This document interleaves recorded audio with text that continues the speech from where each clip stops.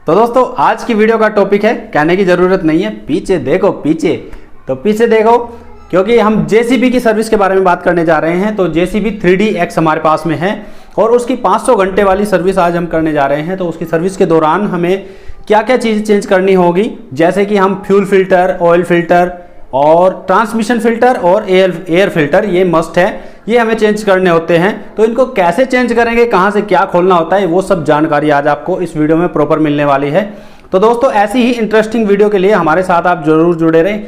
मैं हूं Sunil Kumar, SK electrical channel पर आपका स्वागत है दोस्तों। तो हमारे चैनल को प्लीज़ सब्सक्राइब जरूर करें क्योंकि इस पे आपको इलेक्ट्रिकल और मैकेनिकल से जुड़ी जानकारी हमेशा मिलती रहेगी। तो आओ शुरू करते हैं। तो दोस्तों ये जेसीबी हमारी आ गई है, हमें इसकी सर्विस करनी है। ये 3DX जेसीबी हमारे पास में है। तो अभी सामान भी आने वाला है हमारे पास में। तो अभी सामान हमें जो है ना जेसीबी के जहाँ पे ऑथराइज्ड डीलर होते हैं वहीं से हमें सामान परचेज करना होता है। तो अभी जेसीबी को हम पहले वर्किंग से भी ऑफ कर देते हैं क्योंकि ये इसका ऑयल बहुत गर्म हो जाता है। तो देखो 540 आवर्स इसके हो चुके हैं। तो 500 घंटे वाली सर्विस हमें करनी है। तो अभी सामान हमने मंगा लिया है क्योंकि हमने कुछ देर ये खड़ी कर दी थी जेसीबी, क्योंकि बंद करनी होती है क्योंकि ऑयल बहुत गर्म होता है और मशीन भी पूरी गर्म हो जाती है, तो सर्विस करने में दिक्कत होती है। तो ये इसके फिल्टर हैं जो इसमें इस किट में हमारी एक पूरी किट आती है। तो इस किट में हमें fuel filter, oil filter, hydraulic filter ये सब मिलते हैं। एयर फिल्टर इसमें नहीं आता है 500 घंटे की सर्विस में, वो लगभग 1000 घंटे की सर्विस के बाद हमें बदलना होगा। तो ये देखो, ये इसके पार्ट नंबर भी लिखे रहते हैं और ये जेन्युइन पार्ट्स हैं जो जेसीबी के ऑथराइज्ड डीलर से मिलते हैं।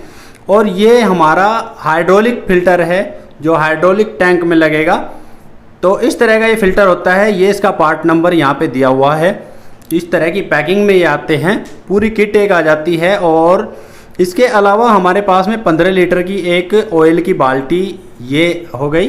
तो इसमें इसका भी कुछ इसमें लिखा नहीं रहता है कि ये कौन सा ऑयल है, सिर्फ जेसीबी ऑयल लिखा रहता है इसमें, जेसीबी इंजन ऑयल।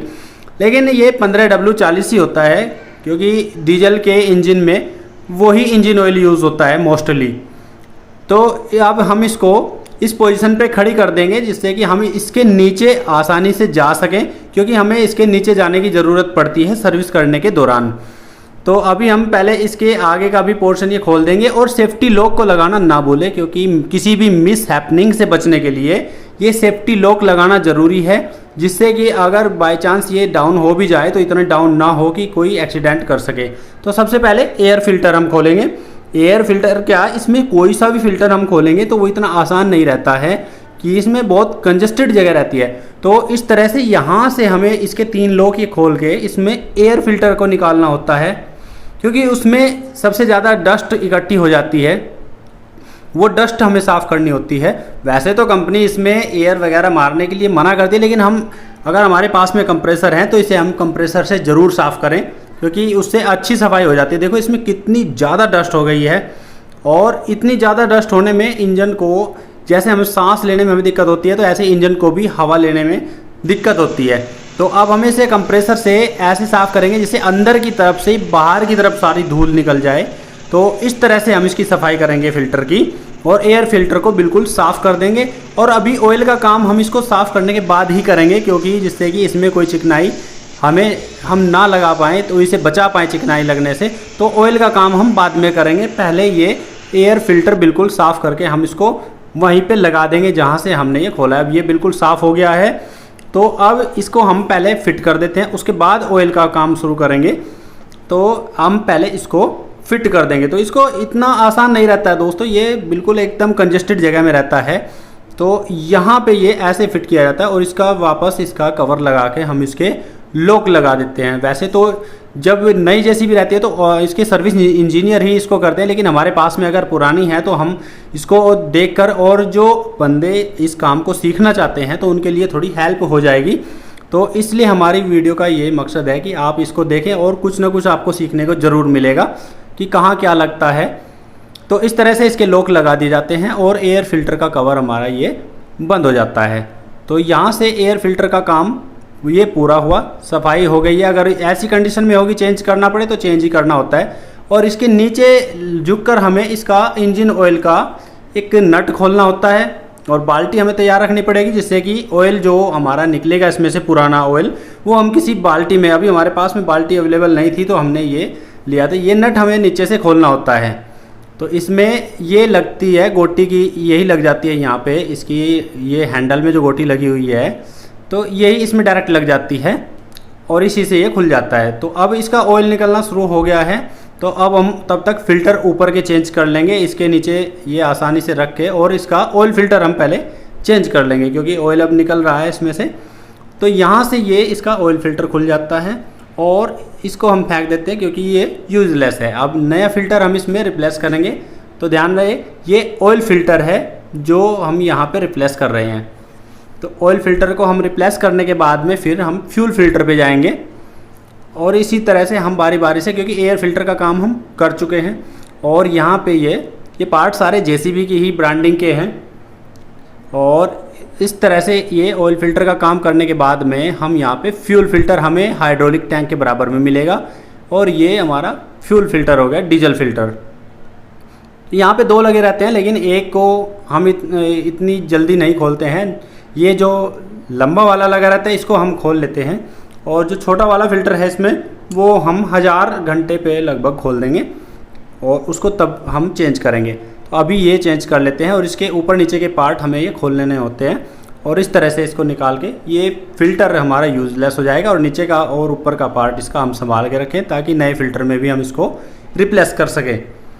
तो इस तरह से ये फ़िल्टर हम एक तरफ रख देते हैं और नए फ़िल्टर में इसकी एसेसरीज हम इसको कह सकते हैं कि इसकी एसेसरीज हम दूसरे फ़िल्टर में लगानी शुरू करेंगे और यहीं पे हम इसको फिट कर देंगे।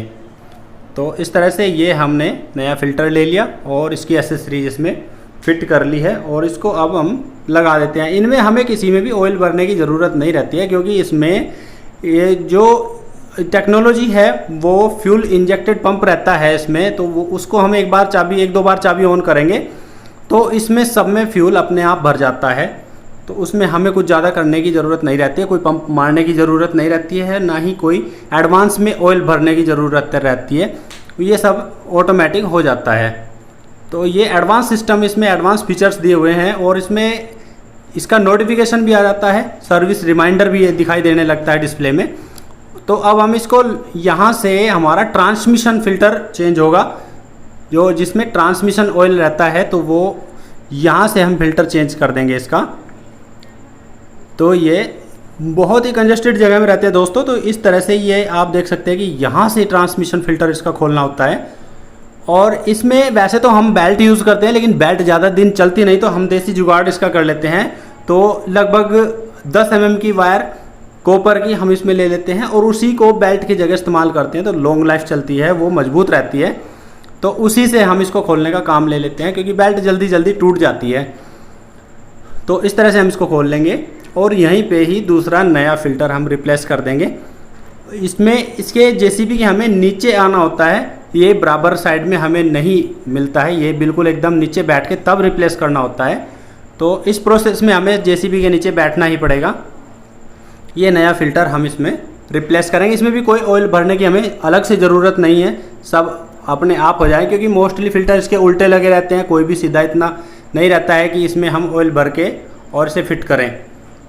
तो इस तरह से आड़े टेढ़े फ़िल्टर लगे रहते हैं, तो उसमें हमें ऑयल भरने की ज़रूरत नहीं रहती है। अब हम आ जाएंगे हाइड्रोलिक टैंक वाले फ़िल्टर पे, क्योंकि हमारे 3 ऑलरेडी हो चुके हैं, एयर फ़िल्टर, ऑयल फ़िल्टर और ट्रांसमिशन फ़िल्टर। तो ये हो चुके हैं। एयर फ़िल्टर हमने साफ़ कर लिया है, फ्यूल फ़िल्टर हमने चेंज कर दिए और ऑयल फ़िल्टर हमने चेंज कर दिया, ट्रांसमिशन फ़िल्टर चेंज कर दिया। अब हम आ जाएंगे हाइड्रोलिक फ़िल्टर पे। तो ये हाइड्रोलिक वाला फ़िल्टर आपको यहाँ पे दिखाई दे जाएगा। जैसे हम इसके 4 ये बोल्ट खोल देंगे, यहाँ से नट खोल देंगे, तो इस तरह से ये इसमें से निकलेगा और हम यहाँ से हाइड्रोलिक फ़िल्टर निकाल लेंगे और यहीं पे हम उसको नए फ़िल्टर को रिप्लेस कर देंगे।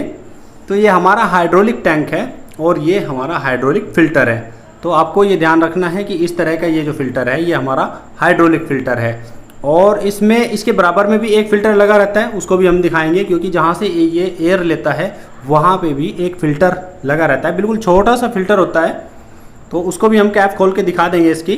पहले इसे फिट कर लेते हैं क्योंकि 1 by 1 ही हम प्रोसेस आपको दिखाएंगे तो इसके ये 4 नट हम लगा देंगे वापस, और उसके बाद हम बिल्कुल जो छोटा सा फिल्टर सिर्फ जस्ट बराबर में आपको दिखाई दे रहा है ये, इसको जब हम खोलेंगे तो इसमें से वो छोटा फिल्टर निकलेगा। तो अब इसको हम पैक कर देते हैं। पहले इसमें अच्छी तरह से इसकी सील पर थोड़ा सा ग्रीस लगा के तब पैक कर देते हैं, ताकि इसमें कोई भी गैप ना रहे। और इसे अच्छी तरह टाइट करके फिर ये खोल देते हैं। ये देखो, ये छोटा सा फिल्टर इसके बराबर में जस्ट यहाँ से ये एयर लेता है। हाइड्रोलिक टैंक में जो एयर की ज़रूरत होती है वो यहाँ से पास होके जाती है। तो इसको भी हम साफ़ करके थोड़ी हवा मार के ऐसे इसको पैक कर देंगे। तो इस तरह से आपने इसके सारे फ़िल्टर अब देख लिया है। इसकी सर्विस अब लगभग कंप्लीट हो गई है यहाँ से। तो अब हम इसमें इंजन ऑयल फिल करेंगे, और उससे पहले हम नीचे का नट ध्यान से लगा देंगे जहाँ से हमने उसको खोला था ऑयल निकालने के लिए। अब ऑयल फिलिंग के लिए हमें इसमें बाल्टी में यहाँ पे कट दिया रहता है, तो यहीं से हम इसको खोलेंगे। और यहीं से खोलने के बाद में ये यहाँ से इसमें एक इसकी नेक निकल के आती है, जिसे गर्दन हम बोल देते हैं, जिससे हमें ऑयल फिलिंग करने में इसमें आसानी हो जाती है। और कभी कभी बिना कीप के भी इससे काम चल जाता है, लेकिन कीप ज़रूर रखें, कीप की बहुत ज़रूरत पड़ती है। कीप से काम आसान हो जाता है ऑयल फिलिंग करने के लिए।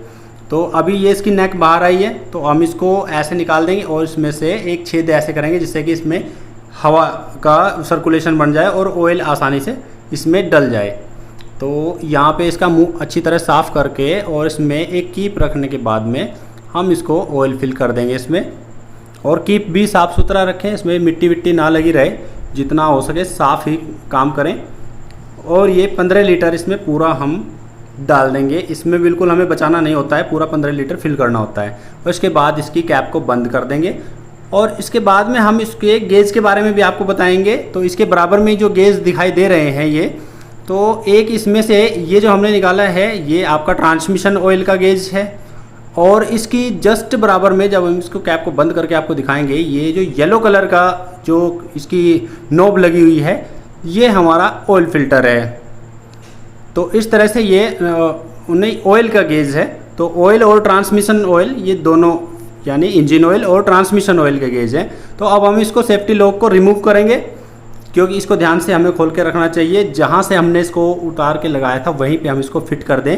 इसकी एक अच्छी जगह इसमें यहाँ पे दी हुई होती है और इसका एक ये यहाँ पे बोल्ट होता है।